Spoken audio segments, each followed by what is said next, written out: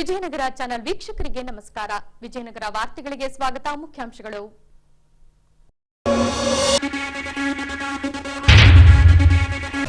ವಿವಿಧ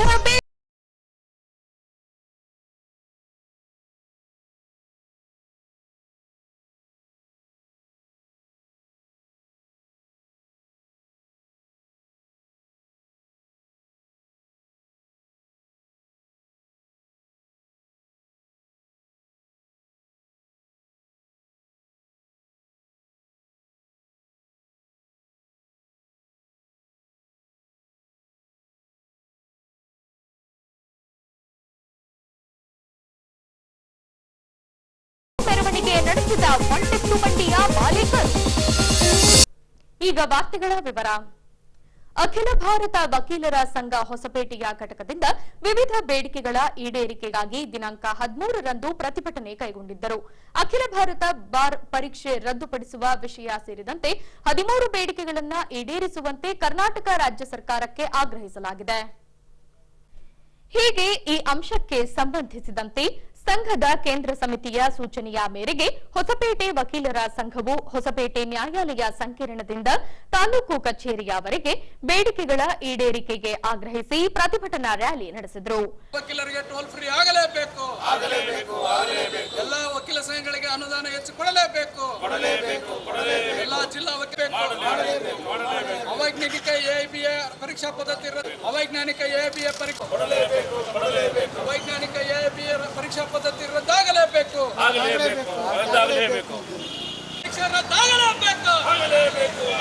ಅವೈಜ್ಞಾನಿಕ ಎಬಿಎ ಪರೀಕ್ಷಾ ಪದ್ಧತಿ ರದ್ದಾಗಲೇಬೇಕು, ಎಲ್ಲ ವಕೀಲ ಸಂಘಗಳಿಗೆ ಅನುದಾನ ಬಿಡುಗಡೆ ಮಾಡಲೇಬೇಕು, ಪೊಲೀಸರ ಏಕಪಕ್ಷೀಯ ವರ್ತನೆಗಳಿಂದ ವಕೀಲರಿಗೆ ರಕ್ಷಣೆ ಸಿಗಲೇಬೇಕು, ಅವೈಜ್ಞಾನಿಕ ಎಬಿಎ ಬಿಡುಗಡೆ ಆಗಲೇಬೇಕು, ಪೊಲೀಸರ ಏಕಪಕ್ಷೀಯ ವರ್ತನೆಯಿಂದ ವಕೀಲರ ಸಂರಕ್ಷಣೆ ಆಗಲೇಬೇಕು, ಪೊಲೀಸರ ಏಕಪಕ್ಷೀಯ ವರ್ತನೆಗಳಿಂದ ವಕೀಲರ ಸಂರಕ್ಷಣೆ ಆಗಲೇಬೇಕು, ರಾಜ್ಯಾದ್ಯಂತ ಎಲ್ಲ ವಕೀಲರಿಗೆ ಟೋಲ್ ಫ್ರೀ ಆಗಲೇಬೇಕು,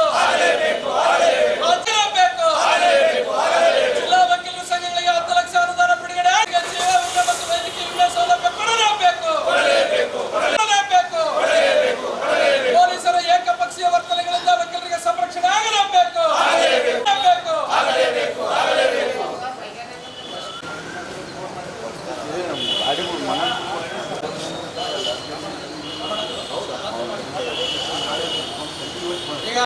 ಅಖಿಲ ಭಾರತ ವಕೀಲರ ಸಂಘಕ್ಕೆ ಇಂದು ನಡೆಯುತ್ತಿರುವ ವಕೀಲರ ರಾಜ್ಯಾದ್ಯಂತ ಹೋರಾಟಕ್ಕೆ ಪೊಲೀಸರ ಏಕಪಕ್ಷೀಯ ವರ್ತನೆಗಳಿಂದ ವಕೀಲರಿಗೆ ರಕ್ಷಣೆ ಆಗಬೇಕು, ಎಲ್ಲ ಜೂನಿಯರ್ ವಕೀಲರಿಗೆ ಸ್ಟೈಪಂಡ್ 10,000 ಕೊಡಲೇಬೇಕು, ವೈಜ್ಞಾನಿಕ ಎಬಿಎ ಪರೀಕ್ಷೆ ಪದ್ಧತಿ ರದ್ದಾಗಲೇಬೇಕು. ಬಳಿಕ ತಹಶೀಲ್ದಾರ್ ದ್ವಾರ ರಾಜ್ಯ ಸರ್ಕಾರಕ್ಕೆ ಮನವಿಯನ್ನ ರವಾನಿಸಿ 13 ಬೇಡಿಕೆಗಳ ಈಡೇರಿಕೆಗಾಗಿ ಆಗ್ರಹಿಸಿದ್ದಾರೆ. ವಕೀಲರ ಬೇಡಿಕೆಗಳಾಗಿರ್ತಕ್ಕಂಥ ವಕೀಲರ ಸಂರಕ್ಷಣೆ ಕಾಯ್ದೆಯನ್ನ ಈಗಾಗಲೇ ಮಾನ್ಯ ಕರ್ನಾಟಕ ಸರ್ಕಾರ ಅದನ್ನು ಜಾರಿಗೆ ತಂದರೂ ಸಹ ಅದರಲ್ಲಿ ಯಾವುದೇ ಆದಂಥ ವಕೀಲರಿಗೆ ಅನುಕೂಲ ಆಗ್ತಕ್ಕಂಥ ಯಾವುದೇ ಅದರಲ್ಲಿ ನಿಯಮಗಳು ಇಲ್ಲದೇ ಇರೋದರಿಂದ ತತ್ಕ್ಷಣವಾಗಿ ವಕೀಲರ ಸಂರಕ್ಷಣೆ ಕಾಯ್ದೆಯನ್ನು ತಿದ್ದುಪಡಿ ಮಾಡಿ ವಕೀಲರಿಗೆ ಆಗ್ತಕ್ಕಂಥ ಕಿರುಕುಳ ಮತ್ತು ಆಗ್ತಕ್ಕಂಥ ಜೀವ ಭಯವನ್ನು ಅದರಲ್ಲಿ ನಿಯಮಗಳನ್ನು ಅಳವಡಿಸಿಕೊಳ್ಳುವ ಮುಖಾಂತರ ವಕೀಲರಿಗೆ ಆತ್ಮರಕ್ಷಣೆ ನೀಡತಕ್ಕಂಥ ಕೆಲಸ ಇವತ್ತು ಕರ್ನಾಟಕ ಸರ್ಕಾರ ಮಾಡಬೇಕು. ಈಗಾಗಲೇ ಎಲ್ಲ ರಾಜಕಾರಣಿಗಳಿಗೆ ಅನೇಕ ವ್ಯಕ್ತಿಗಳಿಗೆ ಎಲ್ಲ ಕರ್ನಾಟಕದಾದ್ಯಂತ ದೇಶದಾದ್ಯಂತ ಟೋಲ್ ಫ್ರೀಯನ್ನು ಕೊಡಲಾಗಿರ್ತದೆ ಕರ್ನಾಟಕ ಸರ್ಕಾರ. ಆದರೆ ವಕೀಲರಿಗೆ ಯಾವುದೇ ರೀತಿಯ ಟೋಲ್ ಫ್ರೀಯನ್ನು ಮಾಡಿರುವುದಿಲ್ಲ. ಹಾಗಾಗಿ ವಕೀಲರಿಗೆ ಇರ್ತಕ್ಕಂಥ ವಾಹನಗಳಲ್ಲಿ ಟೋಲ್ನಲ್ಲಿ ಹಾದು ಹೋಗ್ತಕ್ಕಂಥ ಸಂದರ್ಭದಲ್ಲಿ ಟೋಲ್ ಫ್ರೀ ವ್ಯವಸ್ಥೆಯನ್ನು ಮಾಡಬೇಕು ಅಂತ ಇವತ್ತು ನಮ್ಮ ವಕೀಲರ ಒಂದು ಸಮೂಹದಿಂದ ಇವತ್ತು ಒಂದು ಪ್ರತಿಭಟನೆಯನ್ನು ಇಡೀ ರಾಜ್ಯಾದ್ಯಂತ ಮಾಡಲಾಗ್ತದೆ. ದಯವಿಟ್ಟು ವಕೀಲರ ಎಲ್ಲ ಮನವಿಯನ್ನು ತಾವು ಕೂಲಂಕಷವಾಗಿ ಪರಿಶೀಲಿಸಿ ನಮ್ಮ ಒಂದು ಹೋರಾಟಕ್ಕೆ ಸಂಬಂಧಪಟ್ಟಂತೆ ನಮಗೆ ಅನುವು ನಮಗೆ ಏನಿರ್ತಕ್ಕಂಥ ಬದಲಾವಣೆ ಮಾಡಿ ವಕೀಲರಿಗೆ ನ್ಯಾಯ ದೊರಕಿಸಿಕೊಡಬೇಕು.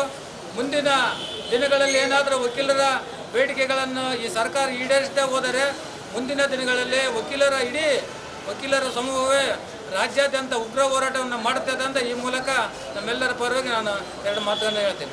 ಇವತ್ತು ರಾಜ್ಯಾದ್ಯಂತ ಎಲ್ಲ ವಕೀಲರ ಸಹಿ ಚಳುವಳಿಯನ್ನು ತಾಲೂಕು ಮತ್ತು ಜಿಲ್ಲಾ ಕೇಂದ್ರದ ಮುಖಾಂತರ ಸರ್ಕಾರಕ್ಕೆ ನಾವು ಒತ್ತಾಯಪಡಿಸೋದೇನೆಂದರೆ ವಕೀಲರ ಸಂರಕ್ಷಣೆ ಕಾಯ್ದೆ ಬದಲಾವಣೆ ಆಗಬೇಕು. ಯಾಕಂದರೆ ಅದರಲ್ಲಿ ಏನು ಇರ್ತಕ್ಕಂಥ ಒಂದು ರೂಲ್ಸ್ಗಳು ನಮಗೆ ಅನ್ವಯಿಸೋದಿಲ್ಲ.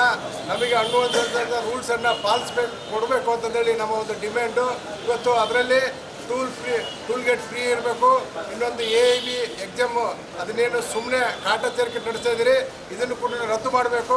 ಅನೇಕ ವಿಷಯಗಳನ್ನು ಇಟ್ಕೊಂಡು ಇವತ್ತು ಎಲ್ಲ ವಕೀಲರ ಸಹಿ ಸಂಗ್ರಹಣೆ ಮಾಡೋದ್ರ ಮೂಲಕ ಸರ್ಕಾರಕ್ಕೆ ಒಂದು ಮನವಿ ಪತ್ರ ಕೊಡ್ತಿದ್ವಿ. ಅದರ ಭಾಗವಾಗಿ ನಮ್ಮ ವಿಜಯನಗರ ಜಿಲ್ಲೆ ಹೊಸಪೇಟೆ ತಾಲೂಕು ಕಚೇರಿ ಮುಂದೆ ಒಂದು ಪ್ರತಿಭಟನೆ ಮಾಡೋದ್ರ ಮೂಲಕ ಸರ್ಕಾರಕ್ಕೆ ಎಚ್ಚರಿಕೆಯನ್ನು ಕೊಡಲಿಕ್ಕೆ ಇವತ್ತು ಬಂದಿದೆ. ಈ AIB ಎಕ್ಸಾಮ್ ಏನು ನಡೆಸ್ತಾ ಇದ್ದಾರೆ 2010ರಿಂದ ಈ ಕಡೆ, ಅದ್ರ ಉದ್ದೇಶ ಮೂಲ ಏನಂತಂದರೆ ಒಂದು ವಿದ್ಯಾರ್ಥಿಗೆ 3,500 ರೂಪಾಯಿ ವಸೂಲಿ ಮಾಡೋಕ್ಕೆ ಬಿಟ್ಟರೆ ಬೇರೆ ಯಾವ ಕೂಡ ಕಾರಣ ಕೂಡ ಆ ಎಕ್ಸಾಮ್ ನಡೆಸಲಿಕ್ಕೆ ಈ ಕಾರಣ ಇಲ್ಲವೇ ಇಲ್ಲ. ಒಬ್ಬ ಏನು ಅಡ್ವೊಕೇಟ್ ಏನು ಎನ್ರೋಲ್ ಆಗಿ ಬಂದಿರ್ತಾನೆ, ಅವ್ನು ಎಕ್ಸಾಮ್ ಬರೀಬೇಕಂದ್ರೆ 3,500 ರೂಪಾಯಿ ಫೀಸ್ ಕಟ್ಟಬೇಕು. ಆ 3,500 ರೂಪಾಯಿ ದುಡ್ಕೊಬೇಕನ್ನೋ ಒಂದು ಉದ್ದೇಶದಿಂದ ಮಾತ್ರ ಆ ಎಕ್ಸಾಮ್ ನಡೆಸ್ತಾ ಇದ್ದಾರೆ. ಅದು ಬಿಟ್ಟು ಬೇರೆ ಯಾವ ಉದ್ದೇಶವೂ ಇಲ್ಲ. ಆಮೇಲೆ ಇನ್ನೊಂದು ಮುಖ್ಯವಾದ ಹೇಳ್ಬೇಕಂತಂದರೆ ಪೊಲೀಸ್ ಇಲಾಖೆಯಿಂದ ಆಗ್ತಕ್ಕಂಥ ದೌರ್ಜನ್ಯಗಳು, ಎಸ್ಪೆಷಲಿ ಅಡ್ವೊಕೇಟ್ ಮೇಲೆ ಇತ್ತೀಚೆಗೆ ಒಂದು ತಿಂಗಳ ಹಿಂದೆ ಒಬ್ಬ ಅಡ್ವೊಕೇಟ್ ಒಬ್ಬರು ಏನು ಮೋಸ ಮಾಡಿ ಅವ್ರ ಹತ್ರ ಲಂಚ ತೊಗೊಂಡು ಕೆಲಸ ಮಾಡಿಕೊಟ್ಟಿಲ್ಲ ಅಂತ ಹೇಳಿ ಹೋಗಿ ಪ್ರಶ್ನೆ ಮಾಡ್ತಾನೆ ಇನ್ಸ್ಪೆಕ್ಟರ್ನ, ನಿಮ್ಮ ಸಿಬ್ಬಂದಿ ಹಿಂಗೆಲ್ಲ ಮಾಡ್ಯಾರಂತ ಹೋಗಿ ಯಾರು ಪ್ರಶ್ನೆ ಮಾಡ್ತಾರೋ ಆ ಅಡ್ವೊಕೇಟ್ ಮೇಲೆ ಹೋಗಿ FIR ಆಗ್ತಾರೆ. ಅಂದರೆ ಯಾರು ಈಗ ಜನ ಏನು ಮಾಡ್ತಾರೆ, ಯಾರಿಂದ ಅನ್ಯಾಯ ಆದರೆ ವಕೀಲರು ಹೋಗಿ ಕೇಳ್ತಾರೆ, ಸರ್ ನಮ್ಗೆ ಹಿಂಗೆ ಅನ್ಯಾಯ ಆಗೈತೆ ನ್ಯಾಯ ಕೊಡಿಸ್ರಿ ಅಂತೇಳಿ. ನಾವು ಅವ್ರ ಪರವಾಗಿ ಹೋಗಿ ಪ್ರಶ್ನೆ ಮಾಡಿದಾಗ ನಮ್ಮ ಮೇಲೆ FIR ಆಗ್ತಕ್ಕಂಥ ಒಂದು ವ್ಯವಸ್ಥೆ ಇವತ್ತು ನಡೀತಾ ಇದೆ. ಹಿಂದೆ ಸಿದ್ದರಾಮಯ್ಯನವರು ಹೇಳಿದ್ರು, ನಾವು 6ನೇ ಗ್ಯಾರಂಟಿಯಾಗಿ ನಿಮಗೆ ಸಂರಕ್ಷಣೆ ಕಾಯ್ದೆ ಕೊಡ್ತೀನಿ ಅಂತೇಳಿ. ಬಟ್ ಆ ಸಂರಕ್ಷಣೆ ಕಾಯ್ದೆಯಲ್ಲಿ ಯಾವುದೇ ಬಲ ಇಲ್ಲದೇ ಬಲಹೀನತೆಯಿಂದ ಕೂಡಿರ್ತಕ್ಕಂಥ ಒಂದು ಸಂರಕ್ಷಣೆ ಕಾಯ್ದೆ ಕೊಟ್ಟು ಅಲ್ಲಿ ಲಾಸ್ಟಿಗೆ ಏನು ಅಂದರೆ ಪೊಲೀಸರು ಏನು ಅವ್ರಿಗೆ ಬೇಡಿಕೆಗಳು ಕೊಡ್ತಾರೆ ಅದ್ರ ಪ್ರಕಾರನೇ ಮಾಡ್ತಾರೆ. ಆಗಲಿ ಯಾರು ಕೂಡ ವಕೀಲರಿಗೆ ಅನುಕೂಲ ಆಗ್ತಕ್ಕಂಥ ಒಂದು ಕಾಯ್ದೆಯನ್ನು ಮಾಡೋದಿಲ್ಲ. ಹಾಗಾಗಿ ನಾವು ಮಾನ್ಯ ಸರ್ಕಾರವನ್ನು ಒಂದು ಮನವಿ ಮಾಡೋದೇನಂತಂದರೆ, ನಮ್ಮ ವಕೀಲರಿಗೆ ಪೊಲೀಸರಿಂದ ಭಾಳಷ್ಟು ಥ್ರೆಟ್ಗಳಿದ್ದಾವೆ ಮತ್ತು ನಮ್ಮ ಮೇಲೆ ವಿನಾಕಾರಣ ಸುಳ್ಳು ಕೇಸ್ಗಳು ಆಗ್ತಕ್ಕಂಥದ್ದು ಆಗ್ತಾ ಇದೆ. ಆಮೇಲೆ ನಾವು ನಮ್ಮ ಪರವಾಗಿ ಬಂದಿರತಕ್ಕಂಥವ್ರಿಗೆ ನ್ಯಾಯ ಕೊಡಿಸೋಕ್ಕೆ ಇವತ್ತು ಕಷ್ಟ ಆಗ್ತದೆ. ಹಾಗಾಗಿ ಈ ಉದ್ದೇಶದಿಂದ ನಮ್ಮ ಸಂರಕ್ಷಣೆ ಕಾಯ್ದೆ, ಒಂದು ಬಲವಾದ ಸಂರಕ್ಷಣೆ ಕಾಯ್ದೆ ಬೇಕು.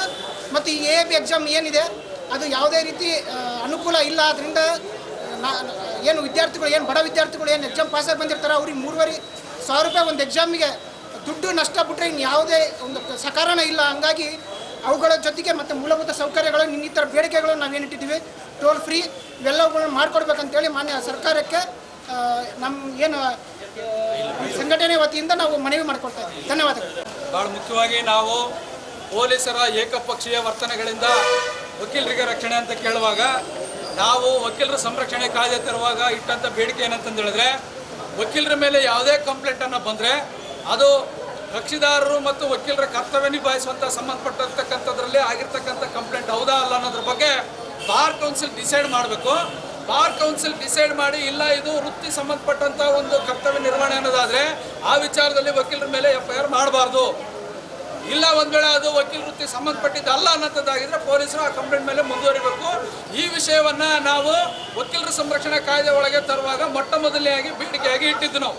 ಸೊ ಹಾಗಾಗಿ ಯಾವುದೇ ವಕೀಲರ ಮೇಲೆ ಕಂಪ್ಲೇಂಟ್ ಬಂತು ಅಂತಂದು ಹೇಳಿದ್ರೆ ಅದನ್ನು ಬಾರ್ ಕೌನ್ಸಿಲ್ ರೆಫರ್ ಮಾಡಿ ಬಾರ್ ಕೌನ್ಸಿಲ್ನಲ್ಲಿ ನೀವು ಮುಂದುವರಿಬೋದು ಅಂತ ಹೇಳಿದ್ರ ಮೇಲೆ ಮಾತ್ರನೇ ನೀವು FIR ಮಾಡಬೇಕು ವಕೀಲರ ಮೇಲೆ ಅಂತಕ್ಕಂಥ ಬೇಡಿಕೆಯನ್ನು ನಾವು ಸಂರಕ್ಷಣಾ ಕಾಯ್ದೆ ತರುವಾಗಲೇ ಇಟ್ಟರೂ ಕೂಡ ಸರ್ಕಾರ ಅದನ್ನು ಪರಿಗಣಿಸಲಿಲ್ಲ. ಹಾಗಾಗಿ ಸರ್ಕಾರ ಯಾರಿಂದ ರಕ್ಷಣೆ ಕೊಟ್ಟಿದೆ ಅಂತಂದು ಹೇಳಿದ್ರೆ, ಕಕ್ಷಿದಾರ ಯಾರನ್ನ ಎದುರು ಕಕ್ಷಿದಾರ ನಮಗೆ ಕೊಡಿದ್ರೆ ಅವಾಗ ಅದನ್ನ ಕೇಸ್ ಹಾಕ್ಬೋದು, ಪರಿಹಾರ ಕೊಡ್ಬೋದು ಅನ್ನೋದ್ರ ಬಗ್ಗೆ ಇದೆ. ಆದರೆ ನಾವು ಮೂಲ ಉದ್ದೇಶ ಈ ಸಂರಕ್ಷಣೆ ಕಾಯ್ದೆ ಅಂತಂದು ಹೇಳಿದ್ರೆ ಪೊಲೀಸರ ಒಂದು ಅಟ್ರಾಸಿಟಿ ವಿರುದ್ಧ ನಾವು ಕೇಳಿದ್ವಿ. ಆದರೆ ಈ ಪ್ರಶ್ನೆಯನ್ನು ಯಾವುದೇ ಕಾರಣಕ್ಕೆ ಸರ್ಕಾರ ಏನು ಈಡೇರಿಕೆ ಮಾಡಿಲ್ಲ. ಅದ್ರ ವಿರುದ್ಧ ಇಡೀ ಇವತ್ತು ನಮ್ಮ ರಾಜ್ಯಾದ್ಯಂತ ಹೋರಾಟ ಇದೆ ಅಂತಕ್ಕಂಥದ್ದನ್ನು ನಾವು ಮೊದಲು ಅರ್ಥ ಮಾಡ್ಕೊಳ್ಬೇಕಾಗಿದೆ. ಹಾಗೇನೆ ಇವತ್ತು AIB ಎಕ್ಸಾಮನ್ನು ಕಂಡಕ್ಟ್ ಮಾಡುವಂಥ ಸಂದರ್ಭದಲ್ಲಿ ಅವರು LLB ಸ್ಟೂಡೆಂಟ್ಗಳು ಡಿಗ್ರಿ ಪಾಸ್ ಆದ್ಮೇಲೆ ಮತ್ತೊಂದು ಎಕ್ಸಾಮ್ ಅಂತ ಇರ್ತಾರೆ. ಅದು ಕ್ಲೋಸ್ ಎಕ್ಸಾಮು, ಇದು ಓಪನ್ ಬುಕ್ ಎಕ್ಸಾಮ್. ಆದರೆ ನಾವು ಕೇಳೋದೇನಂತಂದು ಹೇಳಿದ್ರೆ, ನೀವು ಪಾಸ್ ಆದ ತಕ್ಷಣ ಮತ್ತೊಂದು ಪರೀಕ್ಷೆ ಇಡೋದ್ರಿಂದ ಏನು ನೀವು ಉದ್ದೇಶ ಈಡೇರಿದಂಗೆ ಆಗ್ತದೆ. ಹಂಗಾಗಿ ಇದು ಅನ್ಸೈಂಟಿಫಿಕ್ ಅಂತಂದೇಳಿ ನಾವು ಅದನ್ನು ಕ್ಯಾನ್ಸಲ್ ಮಾಡಿರಿ ಅಂತ ಕೇಳ್ತಾ ಇದ್ದೀವಿ. ಹಾಗೇನೆ ಇವತ್ತು ಮಹಿಳಾ ವಕೀಲರಿಗೆ ಬಹುತೇಕ ಎಲ್ಲ ರಾಜ್ಯಗಳಲ್ಲಿ ಕೂಡ 33% ರಿಸರ್ವೇಷನ್ ಅನ್ನು ಕೊಟ್ಟಿಲ್ಲ. ಹಾಗಾಗಿ ನಾವು ಹೇಳ್ತಾ ಇದ್ದೀವಿ, ವಕೀಲರ ಸಂಘದ ಚುನಾವಣೆಗಳಲ್ಲಿ 33% ಮಹಿಳಾ ವಕೀಲರಿಗೆ ಇವತ್ತು ನೀವು ರಿಸರ್ವೇಷನ್ ಕೊಡಬೇಕು ಅಂತಕ್ಕಂಥ ಬೇಡಿಕೆಯನ್ನು ಕೂಡ ಇಟ್ಟಿದ್ವಿ. ಹಾಗೇನೆ ಉತ್ತರ ಕರ್ನಾಟಕದ ಭಾಗದಲ್ಲಿ ನಮ್ಮ ಏನು ಬಾರ್ ಕೌನ್ಸಿಲ್ ಕಚೇರಿ ಇದೆ ಅದನ್ನು ವಕೀಲರಿಗೆ ಅನುಕೂಲ ಆಗುವಂಥ ದೃಷ್ಟಿಯಿಂದ ಉತ್ತರ ಕರ್ನಾಟಕದಲ್ಲಿ ಒಂದು ಬಾರ್ ಕೌನ್ಸಿಲ್ ಕಚೇರಿಯನ್ನು ಕೂಡ ಸ್ಥಾಪನೆ ಮಾಡಬೇಕು ಅಂತಕ್ಕಂಥ ಬೇಡಿಕೆಯನ್ನು ಕೂಡ ನಾವು ಇಟ್ಟಿದ್ದೀವಿ. ಹಾಗೆಯೇ ಎಲ್ಲ ಜಿಲ್ಲಾ ವಕೀಲರ ಸಂಘಗಳಿಗೆ ವಾರ್ಷಿಕ 10 ಲಕ್ಷ ಅನುದಾನವನ್ನು ಕೊಡಬೇಕು, ತಾಲೂಕು ವಕೀಲರ ಸಂಘಗಳಿಗೆ ಕನಿಷ್ಠ 5 ಲಕ್ಷ ರೂಪಾಯಿಗಳ ಅನುದಾನವನ್ನು ಕೊಡಬೇಕು ಅಂತಕ್ಕಂಥ ಬೇಡಿಕೆಯನ್ನು ನಾವು ಇಟ್ಟಿದ್ದೀವಿ. ಯಾಕೆ ಅಂತಂದು ಹೇಳಿದ್ರೆ ನೋಡಿ, ಇವತ್ತಿನ ಟೆಕ್ನಾಲಜಿ ಬೆಳೆದಂಥ ಸಂದರ್ಭದಲ್ಲಿ ವಕೀಲರಿಗೆ ಒಂದು ಕಂಪ್ಯೂಟರ್ ವ್ಯವಸ್ಥೆ ಇಲ್ಲ. ಬಾರ್ ಕೌನ್ಸಿಲ್ನಲ್ಲಿ ಏನಾದರೂ ನಾವು ಬೇಕು ಅಂತಂದು ಹೇಳಿದ್ರೆ ಒಂದು ಇಂಟರ್ನೆಟ್ ಇವತ್ತು ಫೆಸಿಲಿಟಿ ನಮಗಿಲ್ಲ. ಇನ್ನು ಹಳೆ ಕಾಲದಲ್ಲಿ ಬುಕ್ವಾದಂಥ ಪರಿಸ್ಥಿತಿ ಏನಿದೆ ಇದು ಇವತ್ತು ವರ್ಕೌಟ್ ಆಗ್ತಾ ಇಲ್ಲ. ಆ ಕಾರಣಕ್ಕಾಗಿ ನಾವು ಈ ಒಂದು ಅನುದಾನವನ್ನು ವಕೀಲರ ಮತ್ತು ಕಿರಿಯ ವಕೀಲರ ಒಂದು ವೃತ್ತಿಪರತೆಯ ಅಭಿವೃದ್ಧಿಗೋಸ್ಕರ ಈ ಅನುದಾನವನ್ನು ಕೊಡಬೇಕು ಅಂತಕ್ಕಂಥ ಬೇಡಿಕೆಯನ್ನು ಇಟ್ಟಿದ್ದೇವೆ. ಈ ಎಲ್ಲ ಬೇಡಿಕೆಗಳನ್ನು ಸರ್ಕಾರ ಈಡೇರಿಸಬೇಕು. ಇಲ್ಲದೆ ಹೋದರೆ ಡಿಸೆಂಬರ್ ತಿಂಗಳಲ್ಲಿ ಏನು ಬೆಳಗಾವಿ ಅಧಿವೇಶನ ನಡೀತದೆ ಅಲ್ಲಿ ಅಧಿವೇಶನ ಸಂದರ್ಭದಲ್ಲಿ ನಾವು ಈ ಒಂದು ಬೆಳಗಾವಿ ಚಲೋ ಮತ್ತು ಮುತ್ತಿಗೆ ಹಾಕುವಂಥ ಕಾರ್ಯಕ್ರಮವನ್ನು ಕೂಡ ನಾವು ಮಾಡಲಿಕ್ಕೆ ಮುಂದಾಗ್ತೀವಿ. ಆದ್ದರಿಂದ ಸರ್ಕಾರ ಈ ವಕೀಲರ ಬೇಡಿಕೆಯನ್ನು ಬಹಳ ಗಂಭೀರವಾಗಿ ಪರಿಗಣಿಸಬೇಕು. ಯಾಕೆಂತಂದು ಹೇಳಿದ್ರೆ ಇವತ್ತು ಎಲ್ಲ ಹೋರಾಟಗಳನ್ನು ಅಸಡ್ಡೆ ಮಾಡುವಂಥ ಏನು ಪ್ರವೃತ್ತಿ ಸರ್ಕಾರಕ್ಕೆ ಬಂದಿದೆ, ಇದು ವಕೀಲರ ವಿಷಯದಲ್ಲಿ ಕೂಡ ಮುಂದುವರೆದ್ರೆ ಅದು ನಡೆಯೋದಿಲ್ಲ ಅಂತಕ್ಕಂಥ ಮಾತನ್ನು ಈ ಸಂದರ್ಭದಲ್ಲಿ ಹೇಳ್ತಾ ಸರ್ಕಾರ ಈ ಬೇಡಿಕೆಗಳನ್ನು ಈಡೇರಿಸಬೇಕು ಅಂತಂದೇಳಿ ನಾನು ತಮ್ಮೆಲ್ಲರ ಪರವಾಗಿ ಮತ್ತೊಮ್ಮೆ ಮುಖ್ಯಮಂತ್ರಿಗಳಿಗೆ ಮನವಿಯನ್ನು ಮಾಡ್ತಾ ಇದ್ದೀನಿ. ಹೊಸಪೇಟೆ ನಗರವನ್ನ ಸ್ವಚ್ಛದಿಂದಿಡಲು ಸ್ವಚ್ಛ ಭಾರತ ಯೋಜನೆಯ ಅಡಿಯಲ್ಲಿ ಹೊಸಪೇಟೆ ನಗರಸಭೆಯಿಂದ ಆಯ್ದ ವಾರ್ಡ್ಗಳಿಗೆ ಪ್ಲಾಸ್ಟಿಕ್ ಬಕೆಟ್ಗಳನ್ನು ನೀಡಲಾಗುತ್ತಿದೆ. ಹೀಗೆ 31 ವಾರ್ಡ್ ವ್ಯಾಪ್ತಿಯ ಬಿಟಿಆರ್ ನಗರದ ನಿವಾಸಿಗರಿಗೆ ಈ ಭಾಗದ ನಗರಸಭಾ ಸದಸ್ಯರಿಂದ ಪ್ರತಿ ಮನೆಗೆ ತಲಾ 2ರಂತೆ ಬಕೆಟ್ ವಿತರಿಸಿದ್ದಾರೆ. ಹೀಗೆ 31ನೇ ವಾರ್ಡಿನ ನಗರಸಭಾ ಸದಸ್ಯ ತಾರೇಹಳ್ಳಿ ಜಮ್ಮಯ್ಯನವರು ಇಲ್ಲಿನ ಪ್ರತಿ ಮನೆಯವರೆಗೆ ಹಸಿ ಹಾಗೂ ಒಣ ಕಸ ಬೇರ್ಪಡಿಸಿ ಸಂಗ್ರಹಿಸುವ ತಲಾ 2 ಬಕೆಟ್ ನೀಡಿ ಮನೆಯಲ್ಲಿ ಸಂಗ್ರಹಿಸಿದ ಕಸವನ್ನ ಎಲ್ಲೆಂದರಲ್ಲಿ ಬಿಸಾಡದೆ ನಗರಸಭೆಯ ವಾಹನಕ್ಕೆ ನೀಡಬೇಕೆಂದು ಕರೆ ನೀಡಿದರು. 31ನೇ ವಾರ್ಡ್ ನಮ್ಮ ಬಿಟಿಆರ್ ನಗರದಲ್ಲಿ ಇವತ್ತು ನಾವು ಕಸ ವಿಲೇವಾರಿ ಮಾಡಲಿಕ್ಕೆ ಇವತ್ತು ಡಸ್ಟ್ಬಿನ್ ವಿತರಣೆ ಮಾಡ್ತಾಯಿದ್ದೀವಿ. ಇವತ್ತು ನಾವು ನಮ್ಮ ಮನೆ ಎಷ್ಟು ಸ್ವಚ್ಛವಾಗಿರ್ತೀವಿ ಅಷ್ಟು ನಮ್ಮ ಏರಿಯಾ, ನಮ್ಮ ವಾರ್ಡು, ನಮ್ಮ ಊರು ಸ್ವಚ್ಛತೆಗಿಡಬೇಕು. ಇವತ್ತು ನಮ್ಮ ಮನೆ ಕ್ಲೀನ್ ಇದ್ದರೆ ನಮ್ಮ ವಾರ್ಡ್ ಕ್ಲೀನ್ ಇರ್ತೈತಿ, ಹಾಗೆ ನಮ್ಮ ಊರು ಕ್ಲೀನ್ ಇರ್ತೈತಿ. ಇವತ್ತು ನನ್ನ ಎಲ್ಲ ಸಾರ್ವಜನಿಕರಿಗೆ ಹೇಳೋದಿಷ್ಟೇ, ನಾನು ದಯಮಾಡಿ ನಿಮ್ಮ ಮನೆಯ ಕಸವನ್ನು ಹಸಿ ಕಸ ಒಣ ಕಸ ಬೇರ್ಪಡಿಸಿ ನಮ್ಮ ನಗರಸಭೆ ವತಿಯಿಂದ ಇವತ್ತು ಮನೆಗೆ 2 ನಾವು ಡಸ್ಟ್ಬಿನ್ ಕೊಡ್ತಾಯಿದ್ದೀವಿ. ಒಂದು ಹಸಿ ಕಸಕ್ಕೆ ಒಂದು ಒಣ ಕಸಕ್ಕೆ ಬೇರ್ಪಡಿಸಿ ನಮ್ಮ ನಗರಸಭೆ ಗಾಡಿ ಬರುತ್ತೆ, ಆ ಗಾಡಿಯಲ್ಲಿ ಹಾಕಬೇಕು. ಯಾಕಂದರೆ ಎಲ್ಲಿ ಬೇಕಲ್ಲಿ ನೀವು ರೋಡಲ್ಲಿ ಈ ರೀತಿ ಹಾಕಿದರೆ ನಮ್ಮ ಏರಿಯಾಕ್ಕೆ ಅದು ಒಂಥರ ಕೆಟ್ಟ ದುರ್ವಾಸನೆ ಬಂದು ನಮ್ಮ ಜನರಿಗೆ ರೋಗಗಳು ಉಂಟಾಗ್ತವೆ. ಹಾಗಾಗಿ ತಾವೆಲ್ಲರೂ ನಗರಸಭೆ ಗಾಡಿಗೆ ತಾವು ಕಸನ ಹಾಕ್ಬೇಕಂತೇಳಿ ಈ ಮುಖಾಂತರ ನಮ್ಮ ಸಾರ್ವಜನಿಕರಿಗೆ ನಾನು ಕೇಳ್ಕೊಂತೀವಿ. ನಮಸ್ಕಾರ. ಇನ್ನು ಸ್ವಚ್ಛತೆ ದೃಷ್ಟಿಯಿಂದ ಪ್ಲಾಸ್ಟಿಕ್ ಬಕೆಟ್ ನೀಡಿರುವ ನಗರಸಭೆಗೆ ಈ ಭಾಗದ ಮುಖಂಡರು ಅಭಿನಂದನೆ ತಿಳಿಸಿದ್ದಾರೆ. ಮನೆ ಮನೆಗೆ 2 ಬಕೆಟ್ ಕೊಡ್ತಾ ಇದ್ದಾರೆ. ಈ ಬಕೆಟ್ ಕೊಟ್ಟರೆ ಬೇರೆಯವ್ರಿಗೆ ಯೂಸ್ ಮಾಡಬಾರ್ದು. ಒಂದ್ರಾಗ ಹಸಿ ಕಸ ಒಂದ್ರಾಗ ಒಣ ಕಸ ಹಾಕಿ ಎಲ್ಲ ನಮ್ಮ ಏರಿಯಾ ಕ್ಲೀನಾಗಿ ಇಟ್ಕೋಬೇಕಂತಂದೇಳಿ ಇವರು ನಮ್ಮ ಕೌನ್ಸಿಲರು ಇವು ತಗೊಂಬಂದು ಕೊಡ್ತಾ ಇದ್ದಾರೆ. ಎಲ್ಲದಕ್ಕೂ ಏರಿಯಾ ಒಳ್ಳೆಯದಾಗಿ ಇಟ್ಕೊಳ್ರಿ ಅಂತಂದೇಳಿ ಎಲ್ಲರಿಗೂ ಹೇಳ್ತಾ ಇದ್ದೀವಿ. ಇದು ಒಳ್ಳೇದು ಕೆಲಸ ಆಗೋಕ್ಕೆ ತಂದು ಕೊಡ್ತಿದ್ದಾರೆ. ಅದನ್ನು ಹೇಳಿ 2 ಮಾತು ಮುಗಿಸ್ತಾರೆ. ಹೊಸಪೇಟೆಯ ಸೇವಿಯರ್ ಅಂಗವಿಕಲರ ಸೇವಾ ಸಮಿತಿಯು ಹೊಸಪೇಟೆ ರೋಟರಿ ಕ್ಲಬ್ನ ಸಹಯೋಗದೊಂದಿಗೆ ದಿನಾಂಕ 13ರಿಂದ 3 ದಿನಗಳ ಕಾಲ ರಾಜ್ಯಮಟ್ಟದ ಅಂಧರ ಚದುರಂಗ ಪಂದ್ಯಾವಳಿಯನ್ನ ಪ್ರಾರಂಭಿಸಿದೆ. ಇದರಲ್ಲಿ ರಾಜ್ಯದ ವಿವಿಧ ಜಿಲ್ಲೆಗಳಿಂದ 120 ಸ್ಪರ್ಧಿಗಳು ಪಾಲ್ಗೊಂಡಿದ್ದಾರೆ. ಹೀಗೆ ಈ ಅಂಶಕ್ಕೆ ಸಂಬಂಧಿಸಿದಂತೆ ಹೊಸಪೇಟೆ ರೋಟರಿ ಕ್ಲಬ್ನ ಸಭಾಂಗಣದಲ್ಲಿ ವೇದಿಕೆ ಮೇಲಿನ ಗಣ್ಯರಿಂದ ದೀಪ ಬೆಳಗಿಸಿ ರಾಜ್ಯಮಟ್ಟದ ಚೆಸ್ ಪಂದ್ಯಾವಳಿಗೆ ಚಾಲನೆ ನೀಡಿದರು. ಈ ವೇಳೆ ಎಂಎಸ್ಪಿಎಲ್ ಸಂಸ್ಥೆಯ ಸಾಮಾಜಿಕ ಸೇವಾ ವಿಭಾಗದ ನಾಗರಾಜ್ರವರು ಮಾತನಾಡಿ, ಅಂಧರಿಂದ ಕ್ಷಣ ಕೀಳರಿಮೆ ಸಲ್ಲದು, ಅವರಲ್ಲಿ ವಿಶೇಷತೆಗಳು ಅಡಗಿರುತ್ತವೆ. ಅವರಲ್ಲಿರುವ ಪ್ರತಿಭೆಯನ್ನ ಹೊರತರಲು ಇಂತಹ ವೇದಿಕೆಗಳು ಸಹಕಾರವಾಗುತ್ತವೆ ಎಂದರು. ಅಜ್ಞಾನದಿಂದ ಅಂಧಕಾರದಿಂದ ಕೂಡಿದ ನನಗೆ ಜ್ಞಾನವೆಂಬ ಬೆಳಕನ್ನು ನೀಡಿದ ಆನಂದ ಗುರುವಿಗೆ ನನ್ನ ನಮಸ್ಕಾರ ಅಂತೇಳಿ, ಅಂತಹ ಬೆಳಕನ್ನು ನೀಡಿದಂತಹ ಎಲ್ಲರ ಬಾಳಿನ ಆಶಾ ಕಿರಣ ಪಂಡಿತ ಕುಡ್ರಸ್ ಕವಿಗಳನ್ನ ಎನ್ನ ಹೃದಯ ಮಂದಿರದಲ್ಲಿ ಸ್ಮರಿಸುತ್ತಾ ಕಾರ್ಯಕ್ರಮ ನಿಜಕ್ಕೂ ಸಹ ಹೃದಯ ಸ್ಪರ್ಶಿ ಶ್ಲಾಘನೀಯವಾದದ್ದು. ಹೇಳ್ತಾ ಇದ್ರು, ನಮಗೆಲ್ಲ ಅಂಗಾಂಗಗಳು ಸರಿಯಾಗಿದ್ದು ಸಹ ನಾವನ್ನ ಸದ್ವಿನಿಯೋಗ ಮಾಡ್ಕೊಳ್ತಾ ಇಲ್ಲ. ಯಾಕಂತ ಹೇಳಿದ್ರೆ ಆ ನಿಟ್ಟಿನಲ್ಲಿ ನಾವು ಮುಂದಾಗ್ತಾ ಇಲ್ಲ. ಆದ್ರೂ ಸಹ ತಮ್ಮಲ್ಲಿರುವಂತಹ ಕೊರತೆಯನ್ನ ನೀಗಿಸಿ ನಾವೆಲ್ಲರೂ ಸಹ ಎಲ್ಲಾ ವಿಭಾಗದಲ್ಲೂ ಎಲ್ಲಾ ರಂಗದಲ್ಲೂ ವಿಶೇಷವಾಗಿ ಕ್ರೀಡಾ ರಂಗದಲ್ಲೂ ಸಹ ಸಮರ್ಥರು ಅಂತೇಳಿ ತೋರಿಸುವ ನಿಟ್ಟಿನಲ್ಲಿ ಇವತ್ತು ಈ ಒಂದು ಸೇವೆ ಟ್ರಸ್ಟ್ ತಮ್ಮೆಲ್ಲರನ್ನ ಒಂದು ಕಡೆ ಸೇರಿಸಿದೆ ಅಂತ ಹೇಳಿದ್ರೆ ಅದಕ್ಕಿಂತ ಹೆಮ್ಮೆ ವಿಷಯ ಮತ್ತೊಂದು ಇಲ್ಲ ಬಂಧುಗಳೇ. ಯಾಕಂತ ಹೇಳಿದ್ರೆ ಅವ್ರು ಹೇಳ್ತಾ ಇದ್ರು ವಾಕ್ತಾನ್ ಮಾಡ್ತಾ ಇದೀವಿ, ಮ್ಯಾರಥಾನ್ ಮಾಡ್ತಾ ಇದೀವಿ, ಕ್ರಿಕೆಟ್ ಆಟನ ಆಡ್ತಾ ಇದೀವಿ, ಒಂದು ಚೆಸ್ಗೆ ಮುನ್ನಡೆಯನ್ನ 4ನೇ ಆವೃತ್ತಿ ರಾಜ್ಯ ಮಟ್ಟದ್ದು ಈ ಹೊಸಪೇಟೆ ನಗರದಲ್ಲಿ ರಾಜ್ಯ ಮಟ್ಟಕ್ಕೆ ತಗೊಂಡು ಹೋಗ್ತಿದ್ದಾರೆ ಸೇವೆ ಟ್ರಸ್ಟ್ ಅಂತ ಹೇಳಿದ್ರೆ ಬಹಳಷ್ಟು ಸಂತೋಷದ ವಿಷಯ. ಅದಕ್ಕೆ ಅವ್ರು ಹೇಳ್ತಾ ಇದ್ರು ಸಂತೋಷ ಯಾವತ್ತೂ ಬೇರೆ ಇಲ್ಲ, ನಮ್ಮ ಆತ್ಮದಲ್ಲಿ ನಮ್ಮ ಮನಸ್ಸಲ್ಲಿದೆ, ನಮ್ಮಲ್ಲಿದೆ, ನಾವು ಅದನ್ನು ಕಂಡುಕೊಳ್ಬೇಕು, ನಮಗೆ ದೃಷ್ಟಿ ಮುಖ್ಯ ಅಲ್ಲ ಅನ್ನೋದು ಇಲ್ಲಿ ನಾವು ಸ್ಮರಿಸಬೇಕಾದಂತ ವಿಷಯ. ಹಾಗೆಯೇ ನಾನು ಇನ್ನೊಂದು ಮಾತನ್ನ ಹೇಳಿಕ್ಕೆ ಇಷ್ಟಪಡ್ತೀನಿ.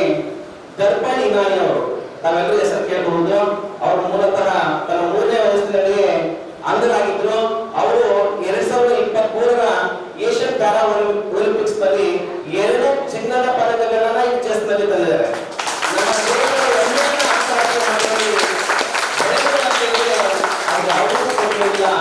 ತಾವು ಸಹ ಇಂತಹ ಒಂದು ಕಾರ್ಯಕ್ರಮಗಳ ಮೂಲಕ ತಾವೆಲ್ಲರೂ ಸಹ ತಮ್ಮ ಹೆಸರನ್ನ, ತಮ್ಮ ಕುಟುಂಬದ ಹೆಸರನ್ನ, ತಮ್ಮ ಗ್ರಾಮದ ಹೆಸರನ್ನ ರಾಷ್ಟ್ರ ಮಟ್ಟದಲ್ಲಿ, ಅಂತಾರಾಷ್ಟ್ರೀಯ ಮಟ್ಟದಲ್ಲಿ ಹೋಗ್ಬೇಕಂತೇಳಿ ನಾನು ಬಯಸ್ತಾ ಇದ್ದೀನಿ. ಹಾಗೆಯೇ ಇವತ್ತ ಒಂದು ಎಲ್ಲ ಕಾರ್ಯಕ್ರಮಗಳಿಗೆ MSPL ಸಂಸ್ಥೆ, ನಾವು ಹೇಳ್ತಾ ಇದ್ರು ಸಂತೋಷ್ ಅವರು ಯಾವಾಗಲೂ ಹೇಳ್ತಿರ್ತಾರೆ, MSPL ಸಂಸ್ಥೆ ಅವರ ಎಲ್ಲ ಕಾರ್ಯಕ್ರಮಗಳ ಜೊತೆಗೆ ಬೆನ್ನೆಲುಬಾಗಿ ನಿಲ್ತದೆ ಅಂತ ನಾನು ಹೇಳಲಿಕ್ಕೆ ಇಷ್ಟಪಡ್ತೀನಿ. ಹಾಗೆಯೇ ಇಂಥ ಎಲ್ಲ ಕಾರ್ಯಕ್ರಮಗಳಿಗೆ ನಾವು ಜೊತೆಯಾಗಿರ್ತೀವಿ. ಈಗಾಗಲೇ ಸಮಯಾವಕಾಶ ಆಗಿದೆ. ಹಾಗಾಗಿ ಇವತ್ತೇನು ಟೂರ್ನಮೆಂಟ್ ಅಲ್ಲಿ ಭಾಗವಹಿಸ್ತಿದ್ರಿ ತಾವೆಲ್ಲರೂ ಸಂತೋಷವಾಗಿ, ಯಾಕಂತ ಹೇಳಿದ್ರೆ ಸೋಲು ಗೆಲುವು ಮುಖ್ಯ ಅಲ್ಲ, ನೀವೇನ್ ಭಾಗವಹಿಸ್ತಿದ್ರೆ ಅದು ಮುಖ್ಯ. ಯಾಕಂತ ಹೇಳಿದ್ರೆ ರಾಜ್ಯದ ಮೂಲೆ ಮೂಲೆಯಿಂದಲೂ ಬಂದಿದ್ದೀರಿ ಇವತ್ತು. ಸೊ ತಾವೆಲ್ಲರೂ ಸಹ ಸಂತೋಷದಲ್ಲಿ ಈ ಕಾರ್ಯಕ್ರಮದಲ್ಲಿ ಭಾಗವಹಿಸಿ ಈ ಚೆಸ್ ಟೂರ್ನಮೆಂಟ್ ಅಲ್ಲಿ ಅತ್ಯಂತ ನಾವು ಸಂತೋಷದ ಮೆಡಲ್ ಅನ್ನು ಪಡ್ಕೊಂಡು ಹೋಗ್ಲಿ ಅಂತೇಳಿ ಆಶಿಸ್ತಾ ನನ್ನ ಮಾತುಗಳನ್ನು ಮುಗಿಸ್ತಾ ಇದ್ದೀನಿ. ನಂತರ ಮತ್ತೊಬ್ಬ ಸಂಪನ್ಮೂಲ ವ್ಯಕ್ತಿ ನಾಗರಾಜರವರು ಮಾತನಾಡಿ ಸಮಿತಿಯ ಸಂಸ್ಥಾಪಕ ಸಂತೋಷ್ ಕುಮಾರ್ ರವರು ಆಯೋಜಿಸಿರುವ ರಾಜ್ಯ ಮಟ್ಟದ ಅಂಧರ ಚೆಸ್ ಪಂದ್ಯಾವಳಿಗೆ ಸಹಕಾರ ನೀಡಿರುವ ಹೊಸಪೇಟೆ ರೋಟರಿ ಕ್ಲಬ್ನ ಸೇವೆ ಸ್ವಾಗತಾರ್ಹವೆಂದರು. ನಾನು ಬರೋದಿನ ಮುಂಚೆ ಒಬ್ಬ ಪ್ರಿನ್ಸಿಪಾಲ್ ಸ್ವಲ್ಪ ಇಲ್ಲ ಆಗೋಲ್ಲ ನಿಮಗೆ ಎಷ್ಟು ಚಾಲೆಂಜ್ ಆಗಿ ಶಿಕ್ಷಣ ಮಂತ್ರಿ ಜೊತೆ ಫೋನ್ ಮಾಡಿಸಿದ್ದ. ನಿಜವಾಗ್ಲೂ ನಾವ್ ಯಾರು ಈ ಏನು ಅಂಧರನ್ನೋದಕ್ಕೆ ನಮಗೆ ಒಂಥರ ಹಿಂಸೆ ಆಗುತ್ತೆ. ಅಂಧರಲ್ಲ, ಅವ್ರು ನಮಗಿಂತ ಜಾಣರು. ನಾನು ನೋಡೋದಂಗೆ ಅವರಂತ ಜಾಣರಿಲ್ಲ. He is one of the best and brilliant personality. Santosh ನಿಜವಾಗ್ಲೂ ಇವನ ಆಶ್ರಮ ಇನ್ನೂ ಈ ಕರ್ನಾಟಕ ರಾಜ್ಯದಲ್ಲಿರ್ತಕ್ಕಂಥ ಬಹುತೇಕ ಅಂಧರಿಗೆ ಒಂದು ಆಶ್ರಯ ಕೊಟ್ಟಿರ್ತಕ್ಕಂಥ ಸಂತೋಷ್ ಅವನಿಗೆ 100 ವರ್ಷ ಆಯುಷ್ಯ ನಮ್ಮೆಲ್ಲರ ಆರೈಕೆ. ಅದ್ರ ಜೊತೆಗೆ ರೋಟರಿ ಕ್ಲಬ್ನವರು ಬಹಳ ಸಹಕಾರ ಕೊಟ್ಟಿದ್ದಾರೆ ಅಂತ ರಾತ್ರಿ ಫೋನ್ ಮಾಡಿದ್ದ. ಅವ್ರಿಗೂ ಥ್ಯಾಂಕ್ಸ್ ಹೇಳ್ತೀನಿ ಸರ್ ರೋಟರಿ ಕ್ಲಬ್ನವ್ರಿಗೆ. ಮತ್ತೆ ಇನ್ನು ಯಾರ್ಯಾರು ಹೆಲ್ಪ್ ಮಾಡ್ತೀರಾ, ಇದು ಹೆಲ್ಪ್ ಅಂತ ತಿಳ್ಕೊಬೇಡ್ರಿ, ನಿಮ್ ಡ್ಯೂಟಿ ಅದು, ನಿಮ್ ಕರ್ತವ್ಯ. ನಾವೆಲ್ಲ ಚೆನ್ನಾಗಿದ್ದೀವಿ, ಅವ್ರನ್ನ ಕೈ ಹಿಡಿದು ಮೇಲೆತ್ಬೇಕು. ನಿಜವಾಗ್ಲೂ ಇವತ್ತಿನ ಸನ್ಮಾನ ಮಾಡಿದ್ರೆ ನನಗೆ ಸನ್ಮಾನ ಮಾಡಬಾರ್ದು, ನಾವೆಲ್ಲ ಸೇರಿ ಸಂತೋಷಕ್ಕೆ ಸನ್ಮಾನ ಮಾಡೋದು. ಅವಾಗ ಈ ಕಾರ್ಯಕ್ರಮಕ್ಕೆ ಒಂದು ಬೆಲೆ ಬರುತ್ತೆ.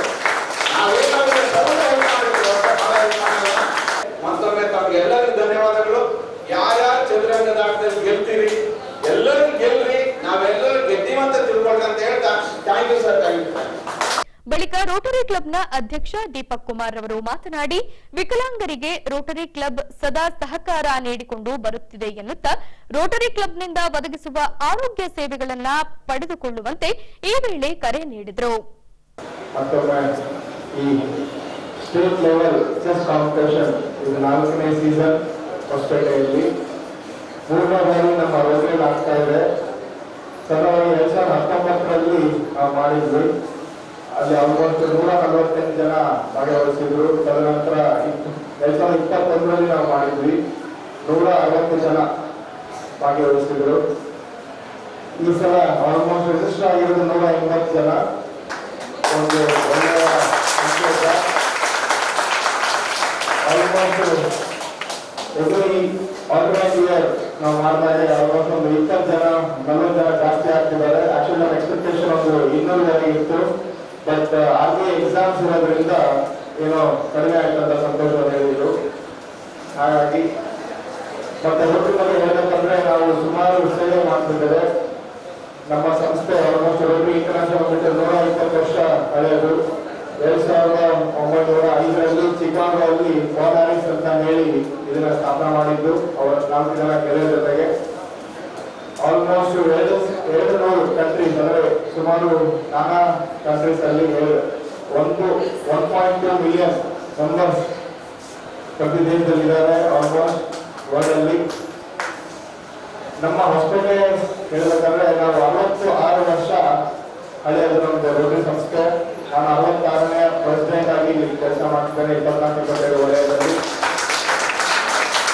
ಇಲ್ಲಿ ನಮ್ಮ ಸೇವೆಗಳಂದ್ರೆ ಆಲ್ಮೋಸ್ಟ್ ನಮಗೆ ಇಲ್ಲಿ ಸುಮಾರು ಹಾಗೆ ಕೂತಿದ್ರಲ್ಲ, ಇದೊಂದು ಪ್ರಾಜೆಕ್ಟ್ ಅಂತ ನಾವು ಕೆಲಸ ಮಾಡ್ತೀವಿ. ಅದಲ್ಲದೆ ನಮ್ಮಲ್ಲಿ ಆಂಬುಲೆನ್ಸ್ ಇದೆ hospital, first time ICU ambulance ನಮ್ಮ ರೋಟರಿಯಿಂದ ಆಗಿರೋದು. ಅಲ್ಲದೆ ನಮ್ಮ ಒಂದು ಡಯಾಲಿಸಿಸ್ ಸೆಂಟರ್ ಇದೆ, TBS ಡಯಾಲಿಸಿಸ್ ಸೆಂಟರ್. ಕನಿಷ್ಠ ಪಕ್ಷ 425 ಡಯಾಲಿಸಿಸ್ ತಿಂಗಳ ನಾವು 25 ಡಯಾಲಿಸಿಸ್ ಫ್ರೀ ಆಗಿ ಮಾಡಿ 400 ಬಹಳ ನಾಮಿನಲ್ ಅಲ್ಲಿ ಚಾರ್ಜ್ ಮಾಡ್ತೇವೆ. ಅಲ್ಲದೆ ನಮ್ಮ ಒಂದು ಕಾಕ್ರಾಜ್ ಲ್ಯಾಬ್ ಇದೆ, ಆಲ್ಮೋಸ್ಟ್ ಹಾಸ್ಪಿಟಲ್ ಎಲ್ಲ ಕಡಿಮೆ ವೆಚ್ಚದಲ್ಲಿ ನಾವು ಅದನ್ನ ನಡೆಸ್ತಾ ಇದ್ದೇವೆ. ಮತ್ತು ನಮ್ಮ ಸ್ಕೂಲ್ ಇದೆ, ಆಲ್ಮೋಸ್ಟ್ 600+ ಹುಡುಗರು ಇಲ್ಲಿ ನಮ್ಮ ಶಾಲೆಯಲ್ಲಿ ಓದ್ತಿದ್ದಾರೆ. ಹೀಗೆ ಬೇರೆ ಬೇರೆ ರೀತಿಯ ಪ್ರಾಜೆಕ್ಟ್ ನಾವು ಮಾಡ್ತಾ ಇದ್ದೇವೆ. ಇದೊಂದು ನಮ್ಮ ಸೇವೆ. ಆಮೇಲೆ ಹಾಸ್ಪಿಟಲ್ ಸೇವೆ ಸಂಸ್ಥೆ ಏನಂದ್ರೆ ಆಲ್ಮೋಸ್ಟ್ ಒಂದು 15-20 ವರ್ಷ ಆಯಿತು ಇಲ್ಲಿ ಹಾಸ್ಪಿಟಲ್. ನಮ್ಮ ಇವರು SKME ಅವರು ಅದನ್ನ ರೈಟ್ ಕೊಡ್ತಾ ಇದ್ದಾರೆ, SKME ಮೈನಿಂಗ್ ಕಾರ್ಪೊರೇಷನ್ ಅವರು. ಹೀಗೆ ಬೇರೆ ಬೇರೆ ರೀತಿಯಿಂದ ಅವರು ಒಂದು ಇದು ಹೆಲ್ಪ್ ಮಾಡಿದ್ದಾರೆ. ಬಟ್ ಏನಂದ್ರೆ ನಮ್ಮ ರೋಟರಿಯಿಂದ ಒಂದು ಸಣ್ಣ ಅಳಿಲು ಸೇವೆ ಅಂತ ನಾವು ಮಾಡ್ತಿದ್ದೇವೆ. ಇದನ್ನ ಹೀಗೆ ಮುಂದುವರಿಸಿಕೊಂಡು ಹೋಗೋಣ ಅಂತ ಹೇಳಿ ನಾನು ನಿರ್ಧಾರ ಮಾಡ್ಕೊಂಡಿದ್ದೇನೆ. 2025ನೇ ಸಾಲಿನ ಕಾರ ಹುಣ್ಣಿಮೆ ನಿಮಿತ್ತ ಹೊಸಪೇಟೆ ನಗರದ ಒಂಟೆತ್ತಿನ ಬಂಡಿ ಯುವಕರ ಸಂಘದಿಂದ ಮೆರವಣಿಗೆ ಕೈಗೊಳ್ಳಲಾಗಿತ್ತು. ಈ ಭಾಗವಾಗಿ ತಮ್ಮ ಎತ್ತುಗಳನ್ನ ಹೂವಿನ ಸರಮಾಲೆಗಳಿಂದ ಸಿಂಗರಿಸಿ IPL ವಿಜೇತ RCB ಕಪ್ ಹಿಡಿದು APMC ಆವರಣದಿಂದ ನಗರದ ಕೇರಿಗಳಲ್ಲಿ ಸಂಚರಿಸಿ ಮೆರವಣಿಗೆ ನಡೆಸಿ ಸಂಭ್ರಮಿಸಿದ್ದಾರೆ.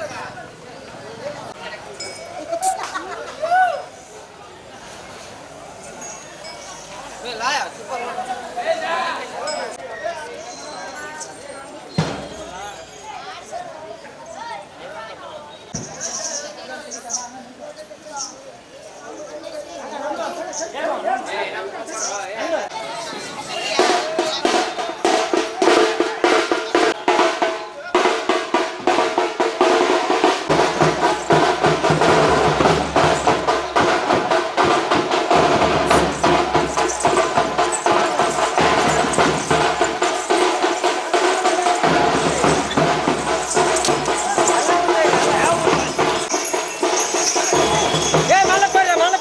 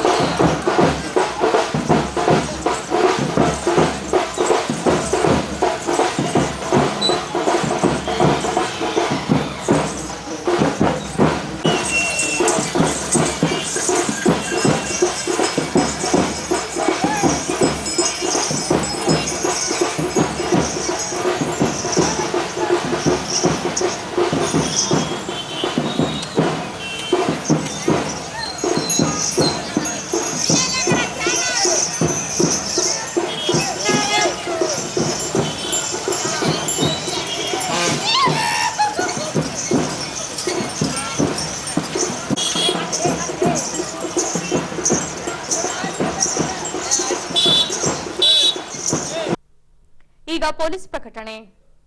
ಎಷ್ಟೇ ಹಳೆಯ ಬಂಗಾರವಿರ್ಲಿ, ಪಾಲಿಶ್ ಮಾಡಿದ ಮೇಲೆ ಹೊಸದೇ ರೀತಿಯಲ್ಲಿ ಕಾಣ್ತದೆ ತಾಯಿ, ನೋಡಿ.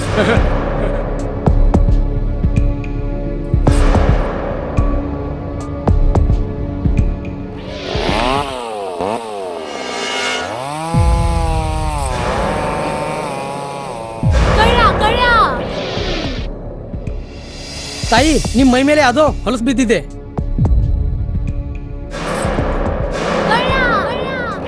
ಇಲ್ಲಿ ತಾಯಿ, ನಾನು ಪೊಲೀಸ್. ಅಲ್ಲಿ ಮುಂದೆ ದಾರಿಲಿ ದೊಡ್ಡ ಗಲಾಟೆ ಆಗಿದೆ, ಮತ್ ನೀವು ಇಷ್ಟೆಲ್ಲ ಒಡವೆ ಹಾಕೊಂಡು ತಿರುಗಾಡ್ತಾ ಇದ್ದೀರಾ. ಈ ಒಡವೆಗಳನ್ನ ಈ ವಸ್ತ್ರದಲ್ಲಿ ಕಟ್ಟಿ ಪರ್ಸ್ನಲ್ಲಿ ಇಡಿ. ಹಾಕಿ ಪರ್ಸ್ನಲ್ಲಿ ಇಡೋಣ. ಅಲ್ಲೇ ಮುಂದ್ಗಡೆ ಆಗಿದೆ.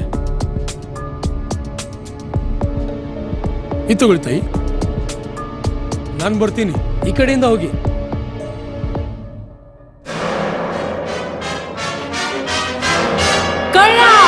ಇಂತಹ ಮೋಸದ ಸಂಗತಿ ನಿಮಗೂ ನಡೆಯಬಹುದು. ತಮ್ಮ ಬೆಲೆ ಬಾಳುವ ಒಡವೆ ಆಭರಣ ವಸ್ತುಗಳನ್ನು ಎಚ್ಚರಿಕೆಯಿಂದ ಕಾಪಾಡಿ. ಯಾವುದೇ ಮಾತುಗಳಿಗೆ ಮರುಳಾಗಬೇಡಿ. ಸಂಶಯಾಸ್ಪದ ರೀತಿಯಲ್ಲಿ ಯಾರಾದರೂ ಕಂಡು ಬಂದರೆ ಸಮೀಪದ ಪೊಲೀಸ್ ಠಾಣೆಯನ್ನು ಸಂಪರ್ಕಿಸಿರಿ. ಈಗ ಕೊನೆಯಲ್ಲಿ ಮತ್ತೊಮ್ಮೆ ವಾರ್ತೆಗಳ ಮುಖ್ಯಾಂಶಗಳು.